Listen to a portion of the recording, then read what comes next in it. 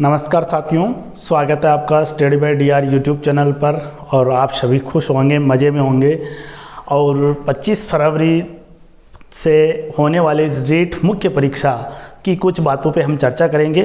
सबसे पहले तो आप सभी को मेरी ओर से हार्दिक शुभकामनाएं और अग्रिम ऑल द बेस्ट।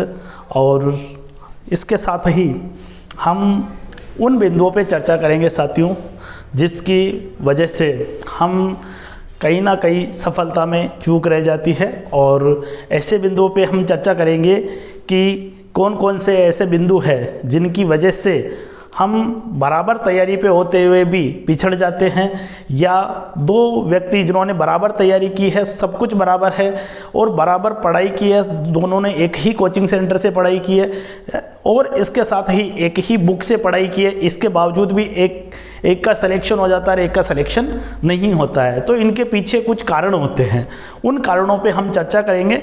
उससे पहले तो ये जान लेते हैं कि ये जो तैयारी है और इस तैयारी के बाद में जो आपको सफलता मिलेगी, वो सफलता आपके परिवारजनों के लिए, आपके माता पिता के लिए, आपके भाई बंधुओं के लिए कितनी महत्वपूर्ण है। और ये सफलता आपके लिए जितनी महत्वपूर्ण है, उससे कई गुना ये सफलता आपके परिवार वालों के लिए महत्वपूर्ण है। और इस पे हम चर्चा करेंगे। सबसे पहले तो कुछ बिंदु है जिन पे हम बात करना चाहेंगे। उनमें से जो पहला बिंदु है साथियों, वो है हमारा कि जो हमारे पास जो दिन शेष बचे हैं, 5 दिन है या 7 दिन हैं, उन दिनों के अंदर हम क्या करें।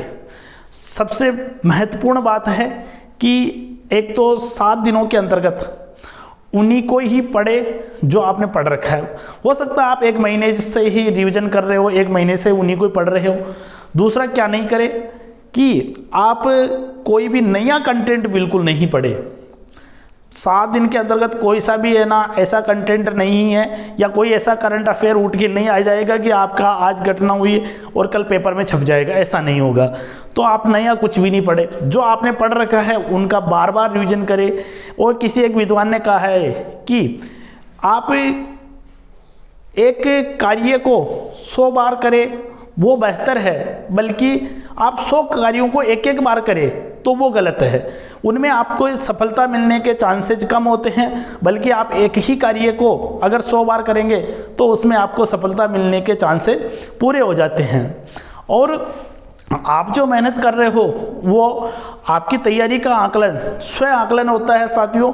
बहुत सी बार हम पेपर को देखकर, पेपर का लेवल देखकर हम आकलन लगा लेते हैं कि इसकी कट ऑफ इतनी रहेगी, और उतनी ही कट ऑफ रहती है, क्योंकि कट ऑफ तैयारी करने वाला ही कट ऑफ का अंदाज़ा लगा सकता है।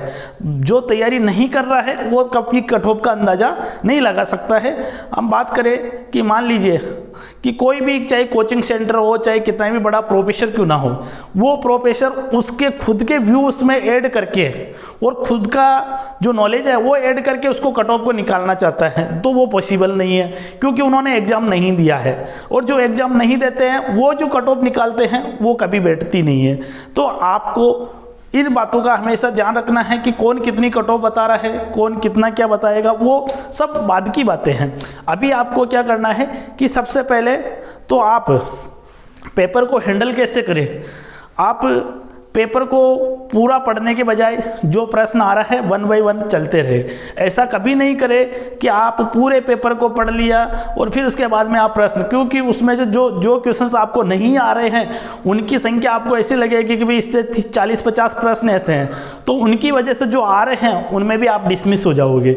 तो पेपर में आप 1 से शुरू कर रहे हो तो कोई बात नहीं, पहला आपको नहीं आ रहा तो स्किप कर दीजिए, दूसरा भी नहीं आ रहा स्किप कर दीजिए, तीसरा नहीं आ रहा, अगर आपको कंटिन्यू 10 क्वेश्चंस भी नहीं आ रहे हैं तो भी आप स्किप कर दीजिए और बिना किसी प्रेशर के आप उन प्रश्नों को छोड़ दीजिए।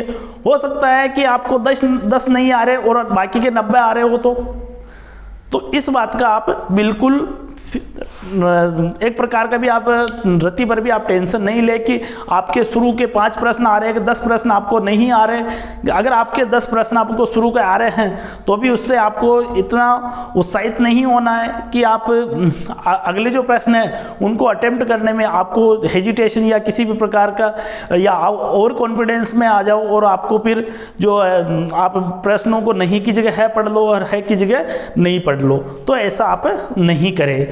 फिर इसके बाद में इस पेपर के अंतर्गत साथियों सबसे बड़ा जो गेम पॉइंट होगा वो होगा नेगेटिव। लोग आकलन क्या करेंगे, अभ्यर्थी क्या आकलन करेंगे कि पिछले 2 सालों की क्या कट ऑफ रही है। साथियों पिछले 2 सालों में नेगेटिव नहीं थी तो उस कट ऑफ और इस कट ऑफ को मिलाना एक मूर्खता है।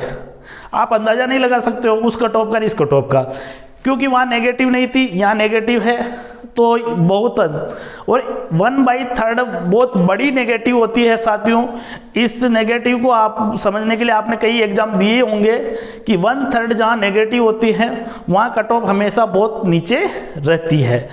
और अब इसके बाद में जो क्या पुरानी कट ऑफ से हमें कोई लेना देना नहीं है। हम बात करें इस पेपर, ये जो पेपर का जो लेवल है साथियों 2012-13 में जो भर्तियां हुई थी 3rd ग्रेड की उन पर आधारित है। उनमें भी जो रीट के साथियों 30% जोड़े जाते थे, 20% और 20% जो और 80% का पेपर माना जाता था। मान लीजिए 200 का पेपर है तो उसमें से 160 ही जोड़े जाते थे अपने इसके रिटर्न के, और बाकी जो 20% है वो यानी कि 150 का था तो 30 नंबर उसके जोड़े जाते, ऐसे कुल मिला के दोनों का ऐसे कुछ ऐसे रेशो रहता था। और इस पेपर के अंतर्गत साथियों आपके शायद ग्रेजुएशन के 10% जोड़ने का कुछ ऐसा प्रावधान है तो वो रहेगा, वो तो बिल्कुल कम हो जाता है। 10% से ज़्यादा आप मेरिट, अगर आप रिटर्न में अच्छा है तो आप उधर 10% आपके ज़्यादा मायने नहीं रखेंगे, क्योंकि 80% बनाने वालों के 8 नंबर जुड़ेंगे और 50% बनाने वालों के 5 नंबर जुड़ेंगे। सिर्फ एक प्रश्न का अंतर हो गया, सिर्फ एक प्रश्न का कितने 30% में एक प्रश्न का अंतर हो गया, उधर तो आपके ज़्यादा डिफरेंस नहीं आएगा। और अब हम चर्चा करेंगे कि जो कट ऑफ है उसके मायने क्या होते हैं, किसके आधार पर हम प्रश्नों को हैंडल करें।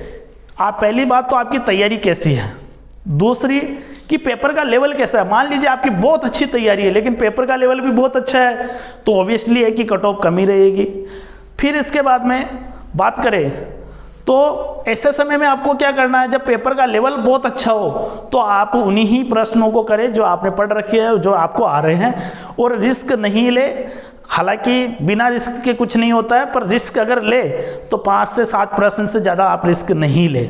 5 से 7 प्रश्न, 10 प्रश्न तो बहुत हो जाते हैं।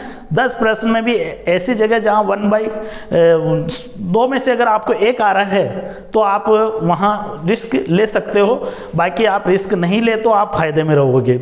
साथियों दूसरी बात कि आप नेगेटिव से कितना बचते हो, आप जितना नेगेटिव से बचोगे उतना ही आपको फायदा है। अब देखिए साथियों नेगेटिव की हम बात करें तो नेगेटिव से क्या होता है साथियों, नेगेटिव होती है 2 समान प्रश्न अटेम्प्ट करने वालों में भी अंतर हो सकता है नेगेटिव की वजह से, और एक व्यक्ति जिसने ज़्यादा प्रश्न अटेम्प्ट किए हैं उसमें भी अंतर हो सकता है। मान लीजिए हम एक छोटा सा उदाहरण देते हैं कि एक ने 140 प्रश्न अटेम्प्ट किए, 200 प्रश्न का पेपर मान लेते हैं हम कि 200 प्रश्न का पेपर है, उसमें से एक ने 140 अटेम्प्ट किए, एक ने 170 अटेम्प्ट किए। नंबर ऑफ अटेम्प्ट ये ए है और ये बी है। नंबर ऑफ अटेम्प्ट बी के ज़्यादा है, लेकिन अब देखिए नेगेटिविटी क्या होती है, नेगेटिव मार्किंग का कितना फर्क पड़ता है। इसके 10 गलत निकल गए, ठीक है। अब देखिए भाई साहब इसके 30 गलत निकल गए, तो यहाँ पे इसके तो बच गए 130 और इसके बच गए 140। अब इसके वापस इसमें से 10 उड़ा दीजिए,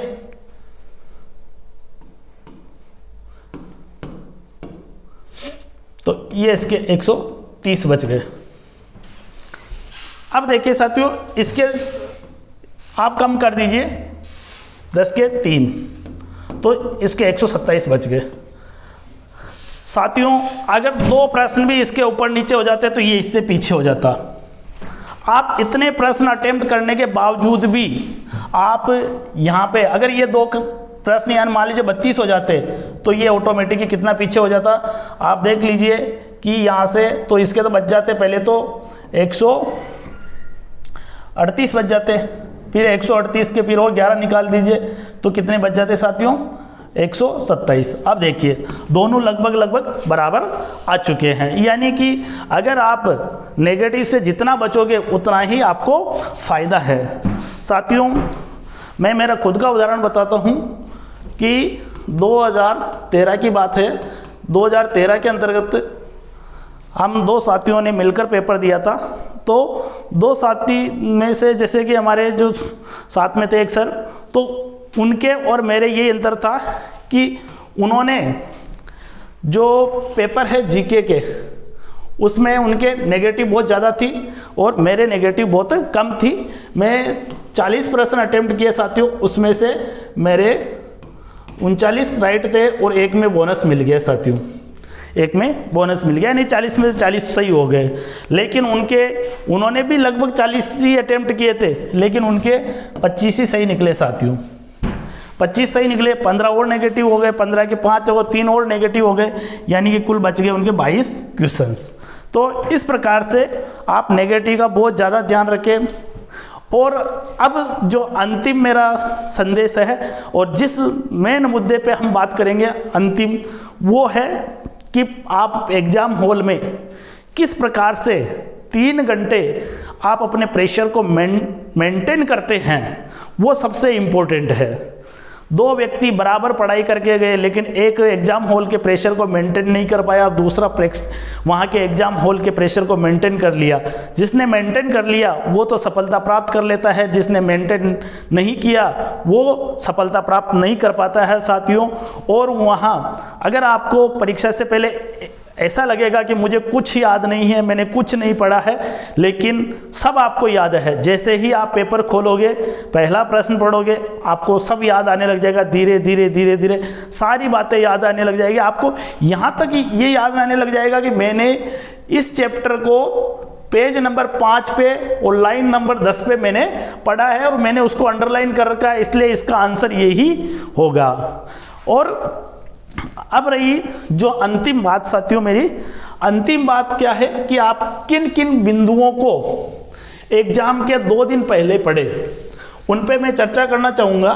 किन किन बिंदुओं को आप एग्जाम से 2 दिन पहले पढ़े। सबसे पहले तो मैं शुरुआत करता हूँ कि ऐसे बिंदु जिनसे प्रश्न हमेशा बनता है। मैं जीके से बात करता हूँ। रचनाएं हों चाहे किसी भी प्रकार की हो, जैसे मान लीजिए कि कन्हैया लाल सेठिया की रचना है धरती दोरारी इन जमीनों कुणदणी, तो इस प्रकार की जो रचनाएं हैं, या हम बात करें कि जैसे कि श्री नतमल लाल जोशी की रचनाएं कौन कौन सी है, या और भी कई प्रकार के जो रचनाएं हैं, उन रचनाओं के जो प्रश्न हैं उनको आप जरूर पढ़ें 1-2 दिन पहले। दूसरी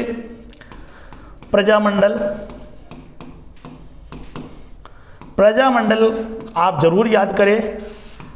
तीसरा, अगर आपके राज्य व्यवस्था है तो उसके अंतर्गत राजस्थान की राज्य व्यवस्था है, राजस्थान की राज्य व्यवस्था, उसके अंदर आप क्या पढ़े साथियों। राजस्थान की राज्य व्यवस्था के अंतर्गत सबसे पहले तो अनुच्छेद, जितने भी अनुच्छेद आते हैं, चाहे वो शुरुआत करते हैं हम बात करें तो राज्यपाल से, राज्यपाल के, मुख्यमंत्री के और विधानसभा, विधान परिषद, ये जो अनुच्छेद है इनके बहुत ही महत्वपूर्ण है। जैसे हम राज्यपाल की नियुक्ति की बात करें तो 155 आता है इस प्रकार से, और जैसे कि जो अनुच्छेद 200 है वो किसी भी विधेयक को राष्ट्रपति हेतु सुरक्षित करने का जो विटो है वो आता है। तो इस प्रकार के कुछ अनुच्छेद है, अनुच्छेदों को आप एक बार रिवीजन करें।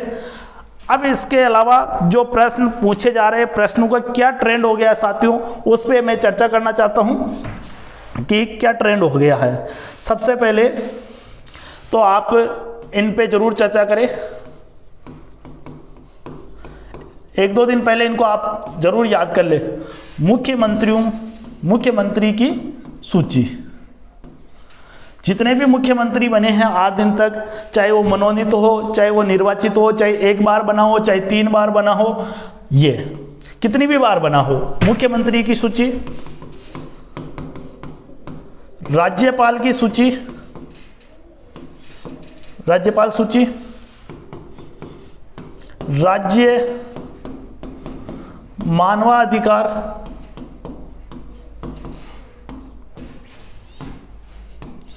आयोग के अध्यक्ष व सदस्य, इनकी सूची आप, फिर इसके बाद में राज्य महिला आयोग,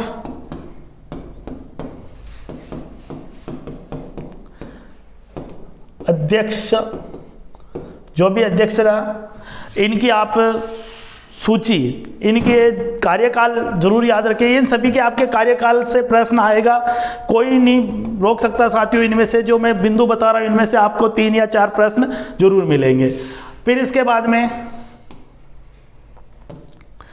आरपीएससी की स्थापना, अध्यक्ष, फिर इसके बाद में राजस्थान हाई कोर्ट के मुख्य न्यायाधीश में भी आप क्रम ध्यान रखिए साथियों। क्रम हमेशा पूछा जाता है, या उनके क्रम नहीं याद रख सकते हो, कम से कम उनके नाम तो थोड़ा बहुत देख, अगर 1-2 दिन आप पहले इनको देखोगे, 2-3 घंटे लगेंगे साथियों आपको ये देखने में, लेकिन 101% इनमें से आपके प्रश्न जरूर मिलेंगे, क्योंकि पूछने का जो ट्रेंड है वो चेंज हो गया। इसके अकॉर्डिंग मैं बता रहा हूं। इसमें से और क्या छूट गया है, और छूट गया है साथियों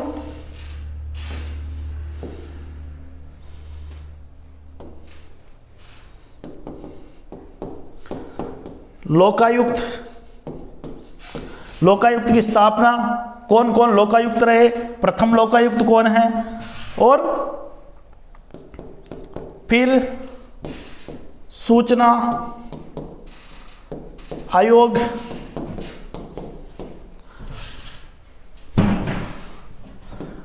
निर्वाचन आयोग, राज्य निर्वाचन आयोग या चुनाव आयोग,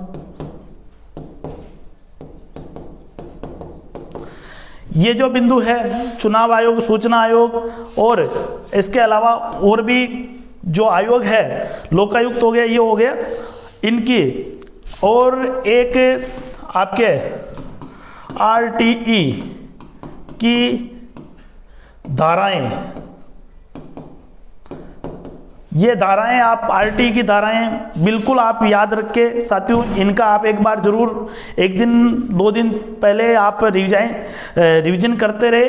और इसके अलावा जो हम बात करें, ये राजस्थान के जीके के आपके प्रश्न जोड़ दिए गए हैं, तो उनमें से ये प्रश्न है, इनमें से हर बार प्रश्न बनते हैं। और भी मैं देखता हूं कि इसमें से कोई छूट तो नहीं गया है। मुख्यमंत्री की सूची बिल्कुल, राज्यपाल की सूची, राज्य मानवाधिकार आयोग, राज्य महिला आयोग, आरपीएससी, राजस्थान हाईकोर्ट, लोकायुक्त, सूचना आयोग, चुनाव आयोग, और भी ऐसे कुछ जिनकी धाराएं हैं, जैसे कि आरटीई की धाराएं, तो ये आप इनको 2-3 दिन पहले इनका आप जरूर रिवीजन करें। इनमें से प्रश्न हर बार बन रहा है साथियों, और हर बार पूछे जा रहे हैं इनमें से। और बात करें तो अनुच्छेद की मैंने बात कर ही ली थी कि जो प्रमुख अनुच्छेद है वो भी आप याद रखें साथियों। प्रमुख अनुच्छेद कौन कौन से हैं वो भी आप उनका भी एक बार रिवीजन कर ले। अब इसके अंतर्गत और क्या हो सकता है, जो मैंने पहले ही बता दिया साथियों, एक तो प्रजामंडल का, और फिर इसके बाद में रचनाएं, और